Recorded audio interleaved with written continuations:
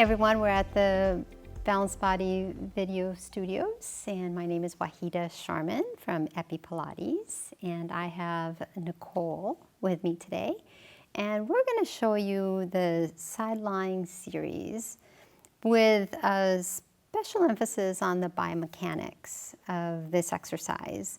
I think the side-lying series on the Cadillac is a little tougher than other side-lying areas because you've got springs and stability is an issue, so we'll go over some of those issues that you might run into when you're doing this exercise. Okay, Nicole, we're going to go ahead and put this long yellow strap on your foot. There you go. I like to use the wide loops because it really holds the strap on, the spring on the foot. Nicole's in a side-lying position. We've chosen to use the middle spring today. We could use one of these, but I want equal resistance going forward and back with Nicole today. So we're going to start with just a framework of what her body should look like. So Nicole, you're going to take a breath in. On your exhalation, you're going to find that connection into the abdominals, which is going to lift your waistline up right there. Good. Let's do that 3 more times. Breathing in. And then a breath out. She's going to make that connection. And you notice she has to lengthen her leg away and really reach out through the front of the body in order to get that space in the underside of the body here. Good. And then you can have your arm there, or you can just bring your elbow, whatever's most comfortable for you. Okay. She's using her arm for her pillow, but you could also add a pillow for her. So from here, she's going to find that nice neutral pelvis, so the hip is facing forward, the ASIS are reaching forward. From here, Nicole, go ahead and just lift that leg up and down.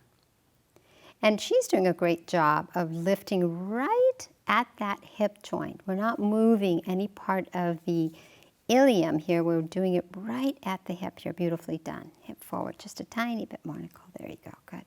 And coming up and down. Nice. And then we can move slightly forward. So now we're getting a little different angle to those glutes, and we're going to bring them up and down, really isolating to the leg bone and not letting the hip do any of the work here. There you go. We'll do just one more here.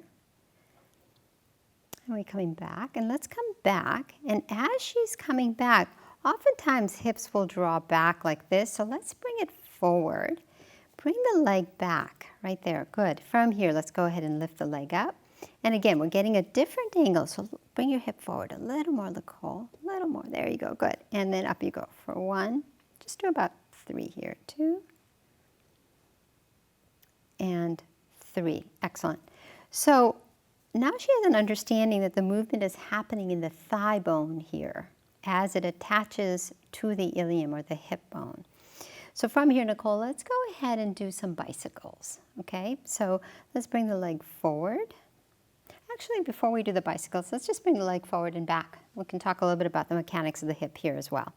So as the leg moves forward, your hip's going to go forward a little bit more. There you go, good. You're going to go back, connecting into the abdominals here. Right there's it, good. So if she goes any further back, she's actually going to bring this part of her hip back. Here, she's going to really hinge in the hip joint and come forward. Good. And then connecting into the sit bones, hip goes slightly forward here. Nicely done. Good. So with Nicole, I know I want to really open up the front of the thigh. So you're going to take a breath in and exhale. Come back. Good. Let's start with the bicycle now, okay? So let's begin with bending the knee back here. So we're going to bring the leg back. Notice her thigh bone didn't change shape. And then from here, she's going to take the shape that we've created, bring it forward, hinge in the hip joint, and then she's going to extend the leg out. Inhaling there and exhale. Hip stays forward. She's going to come back. So already, stay there for a second, Nicole. So already we have this huge line. And she's going to give me a point at the ankle and come over the knee. Imagine you have a ball behind your knee. Nicely done. So from here, you're going to take that whole shape and bring it forward and then extend the leg out. Good. Let's reverse that. So now we're going to create that shape first. So right here is the shape we're looking for. You're going to take that shape and move your thigh bone back. So not so much at the knee anymore. We're really using that thigh bone. So right here, I'm going to put her foot right on my hip. And I'm going to ask Nicole to bring her hip forward, lift the knee up a little, and gently press into my hip. And that should give her a little deeper stretch. And I'm giving her feedback. Right here, I'm giving her feedback by allowing her hip to come forward. I'm going to press the knee into my hip a little more. Right there. You getting that stretch, Nicole? Mm-hmm. She's like, yes. There you go. Good. Then from here, you're going to go ahead and extend through the leg and then come forward. Nice. Good. Bending the knee, find that shape. So I'm going to make your shape a little, right there. Good. Now go ahead and bring that whole shape back. Oftentimes people will use their knee to come back. So remember the hip goes forward, Nicole, and push into me here. That's it. I'm going to give her a little more feedback, a little more stretch. You okay with the stretch? Good. And then she's going to keep that stretch as she lengthens the leg out.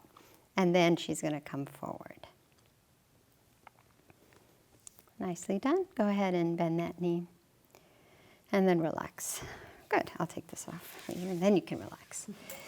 So that gives you an idea of what the biomechanics are of this hip joint, this hip joint compared to the ilium. So I hope you enjoyed that and visit us soon. Thanks.